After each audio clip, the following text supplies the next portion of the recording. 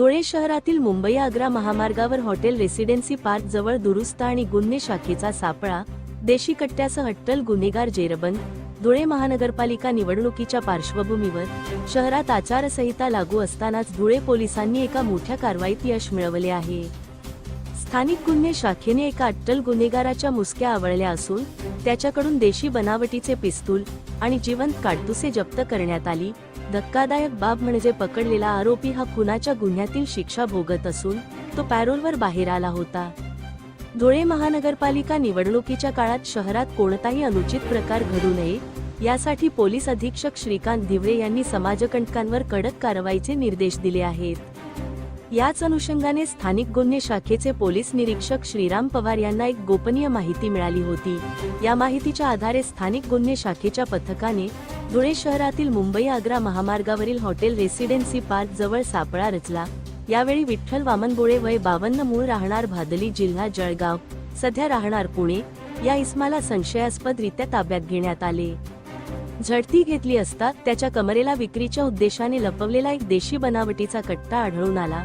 पोलिसांनी त्याच्याकडून 40,000 रुपये किमतीचा गावठी कट्टा, 3,000 रुपये किमतीची 3 जिवंत काडतुसे, मोबाईल आणि एक हिरो होंडा स्प्लेंडर दुचाकी असा एकूण 74,000 रुपयांचा मुद्देमाल जप्त केला आहे. या प्रकरणी मोहाडीनगर पोलीस ठाण्यात भारतीय शस्त्र अधिनियमानुसार गुन्हा दाखल करण्यात आला असून पुढील तपास पोलीस उपनिरीक्षक अमरजीत मोरे करत आहेत. ही धडाकेबाज कामगिरी पोलीस अधीक्षक श्रीकांत धिवरे आणि अप्पर पोलीस अधीक्षक अजय देवरे यांच्या मार्गदर्शनाखाली पार पडली. स्थानिक गुन्हे शाखेचे पोलीस निरीक्षक श्रीराम पवार यांच्या नेतृत्वाखालील पथकात पोलीस उपनिरीक्षक अमरजीत मोरे, श्रेणी पोलीस उपनिरीक्षक श्याम निकम तसेच पोलीस अंमलदार सतीश जाधव, दिनेश परदेशी, संतोष हिरे, शशिकांत देवरे, मुकेश वाघ, प्रशांत चौधरी, धर्मेंद्र मोहिते, प्रकाश सोनार, सुशील शेंडे आणि चालक कैलास महाजन यांचा समावेश होता. पोलिसांनी वेळीच केलेल्या या कारवाईमुळे निवडणुकीच्या काळात होऊ घातलेला संभाव्य धोका टळला आहे. धुळे क्राईम न्यूजसाठी अब्दुल रहमान मलिक, धुळे. दिनांक 24 डिसेंबर रोजी स्थानिक गुन्हे शाखा धुळेचे एक पथक, त्याचे प्रमुख पोलीस उपनिरीक्षक अमरजीत मोरे, त्यांच्यासोबत ASI सतीश जाधव, धर्मेंद्र मोहिते, शेंडे, त्याच्यानंतर परदेशी अशी टीम शहरात पेट्रोलिंग करीत असताना एक गोपनीय माहिती मिळाली की एक इसम हा गावठी कट्टा आणि काही बुलेट घेऊन शहरामध्ये येणार आहे विक्रीसाठी.